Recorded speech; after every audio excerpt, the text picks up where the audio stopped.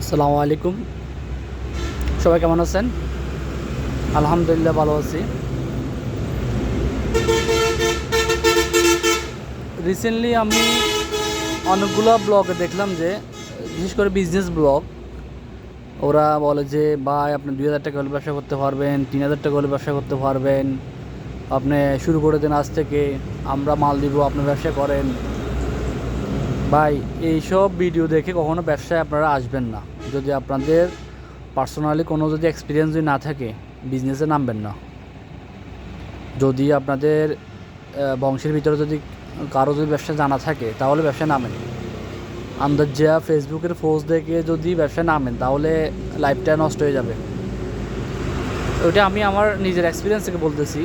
আমি যদি মনে করেন যে না আমি রিসেন্টলি ব্যবসা করব, রিসেন্টলি আমি টাকা ইনকাম করব, তাহলে ব্যবসা নামতে পারেন। শুধু একটা ফত খোলা আছে, সেটা হচ্ছে খাবারের দোকান, বিশেষ করে হোটেল, তারপরে হচ্ছে আপনার এই যে মুদি দোকান, স্টেশনারি দোকান, এগুলো হচ্ছে মানে রানিং ইনকাম। আপনি আজকে ব্যবসা শুরু করবেন, আজকে আপনার ইনকাম হবে, এগুলো হচ্ছে রানিং। আপনি যদি মনে করেন যে মানে লং টার্ম যদি চিন্তা করেন, বিশেষ করে হার্ডওয়্যারের ব্যবসা, তারপরে কাপড়ের ব্যবসা, তারপরে পাইকারি ব্যবসা অথবা ডিলার ব্যবসা, তাহলে এটা আপনার লং টার্ম চিন্তা করতে হবে। আজকে আপনি ইনভেস্টমেন্ট করবেন, আপনার ইনভেস্টমেন্টটা হয়তো আপনি এটা লাভ প্রফিট দেখবেন না, হয়তো আপনার প্রজন্ম দেখবে, অথবা আপনি দেখলেও 20 বছর অথবা 10 বছর পরে দেখবেন, এরকম একটা অবস্থা। তো যারা বলতেছে আন্দাজা মানে আপনার যে বলে যে আপনি 10,000 টাকা করে ব্যবসা শুরু করতে পারবেন, 20,000 টাকা করে ব্যবসা শুরু করতে পারবেন, বা এমনও দেখা যাচ্ছে যে ভাই 20 লাখ টাকা পুঁজি দিয়ে আপনার ব্যবসা রান করার পরে 20 লাখ টাকা পুঁজি আপনার এখানে রান হবে 2 লাখ টাকা, আর 18 লাখ টাকা মাল পড়ে থাকবে, কোনো রানিং হবে না। তো আপনি বলবেন যে মনে করে সেল হচ্ছে, আপনি ওখান থেকে বাজার করতেছেন, খাচ্ছেন, আপনার কাছে ওই যে টাকা যে কমতেছে এটা মনে হবে না। কী জন্য মনে হবে না? ওখানে তো আপনার 20 লাখ টাকা পুঁজি আছে। তো 20 লাখ টাকা পুঁজি থাকার কারণে আপনার যে টাকাগুলো কমে যাচ্ছে আস্তে আস্তে আস্তে আস্তে করে, আপনি বুঝতেছেন না, আপনার ব্যবসা করতেছেন। একসময় হঠাৎ করে 5 বছর গেলে মনে হবে যে আহারে কী করলাম, আমার তো ব্যবসা টাকা সব চলে গেছে, বাকি চলে গেছে, তারপরে হচ্ছে প্রোডাক্ট যেগুলো আছে সেগুলো নষ্ট হয়ে গেছে, তারপরে সেলস হচ্ছে না, যেগুলো হচ্ছে এগুলোতে আমার পোষাচ্ছে না। এই যে যে ক্ষতিটা হয়ে গেল, এটা বুঝবেন কবে আপনি?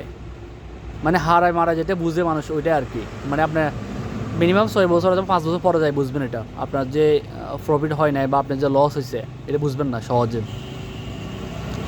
তো আমার মোটামুটি যে এক্সপিরিয়েন্স থেকে আমি বলি, যদি 30 লাখ টাকা পুঁজি দিয়ে বসি, আমার মনে হচ্ছে যে এগুলো টাকাগুলো রান হচ্ছে আপনার 5 লক্ষ টাকা, আরগুলো টাকা রান হবে না। এগুলো একদম মানে অহেতুক টাকাগুলো পড়ে থাকবে, মানে অহেতুক।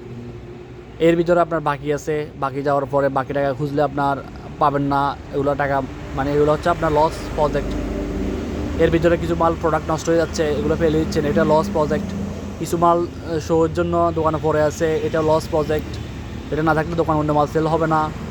আর কিছু মাল হচ্ছে আপনার রাখতে হবে, এই মালটার মধ্যে লাভই নেই, এই মালগুলো আপনাকে রাখা লাগবে। কিছু মাল হচ্ছে আপনার এই বছরে একবার সেল হবে, তাও রাখতে হবে, না হলে অন্য মাল সেল করতে পারবেন না। সবগুলো মিলে আপনার 90% আপনার হচ্ছে যে কোনো প্রোডাক্ট রান হবে না, রান হবে 10%, বাকি প্রোডাক্টগুলো আপনাকে রাখতে হবে। তো ওই ক্ষেত্রে আমি বলবো, যারা বলতেছে আন্দাজা বুঝে না বুঝে হঠাৎ করে ব্যবসা আসার জন্য বলতেছে, আপনারা একদম এই ভুল কাজটা করবেন না। আপনার একটা মিডল মনে করেন, আপনার যে এজ মনে করেন আপনার আমাদের বাংলাদেশে গড়ায়ু 70 মনে করেন, এর ভিতরে আপনার যদি 30-80 যদি একটা ব্যবসা রান করেন, আপনি এই ব্যবসার যে প্রফিট ওইটা খাওয়ার সম্ভাবনা খুবই কম, আপনার পেটে যাবে কম। এটা আপনার ফিউচার প্রজন্ম যদি ধরে রাখতে পারে, তখন গিয়ে হয়তো প্রফিটের মানে কিছুটা প্রফিট দেখতে পারে, হয়তো ভালো থাকলে। অনেক সময় দেখা যায় যে না, আবার কিছুদিন পরে বিভিন্ন কারণবশত ব্যবসাটা বন্ধ হয়ে যায়। পলিটিক্যাল বলেন বা সিচুয়েশান বলেন বা ওয়েদারের কারণে হয়তো আপনি যে প্রোডাক্ট রান করছেন এই প্রোডাক্ট আর খাচ্ছে না, মার্কেটে নিচ্ছে না, বিভিন্ন কারণে আপনার হয়তো বন্ধ হয়ে যেতে পারে। তো রিস্ক শুধু আন্দাজা বুঝে না বুঝে রিস্ক নিলে হবে না, রিস্ক নেওয়ার জন্য আপনাকে অ্যানালাইসিস করতে হবে, এস্টিমেট করতে হবে।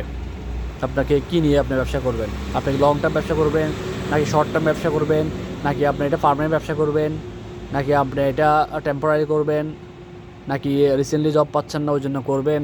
এটা একদম আপনার নিতান্ত একটা ব্যক্তিগত একটা মানে ডিসিশান।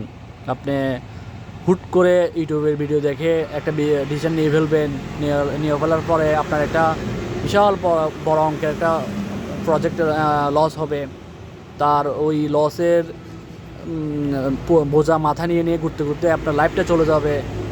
এমনটা আপনারা করিয়েন না। আপনারা আগে চিন্তা করেন জিনিসটা আপনার কী হইতে পারে।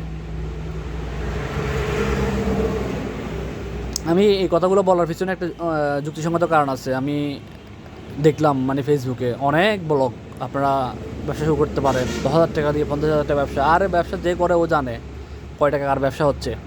আপনার প্রয়োজনে আপনার যদি ব্যবসা করতে আপনার যদি ইচ্ছা হয়, আপনি করেন ওই যে একটা যে ব্যবসা করবেন ওই ব্যবসায়ী দোকানে গিয়ে আপনি প্রয়োজনে 1 বছর সময় কাটান, তাহলে আপনার লাভ লস বুঝতে পারবেন ওখানে কী লাভ করতেছে। অনেকে ব্যবসা করতেছে কী জন্য, ওই যে ব্যবসা একসময় ওর বাবা করে গেছে, ওর বড় ভাই করে গেছে, এখন ওকে না করে ওর উপায় নাই, অন্যদিকে মানে যেতে পারতেছে না, বন্দি হয়ে গেছে। ওই কারণে হয়তো অনেকে ব্যবসা করতেছে না পারার সত্ত্বেও। যদি মনে করেন যে না আমি কোনো মতে বাদ 2টা খেতে পারলে হইলো, তাহলে আপনি যে কোনো একটা ব্যবসা শুরু করে দিতে পারেন। তো আমি বলবো আপনার যে কোনো বিজনেস শুরু করার আগে শর্ট টার্ম নাকি লং টার্ম নাকি টেম্পোরারি আপনি ব্যবসাটা চিন্তা করেন আগে আপনি কী করবেন। ওই ক্ষেত্রে ওই ডিসিশনটা শুধু আপনার, ওগুলো সবগুলো চিন্তা করে আপনার ব্যবসায় আপনি নামেন, তাহলে আপনি হয়তো যে ফার্স্টেশন ওইটাতে ভুগবেন না।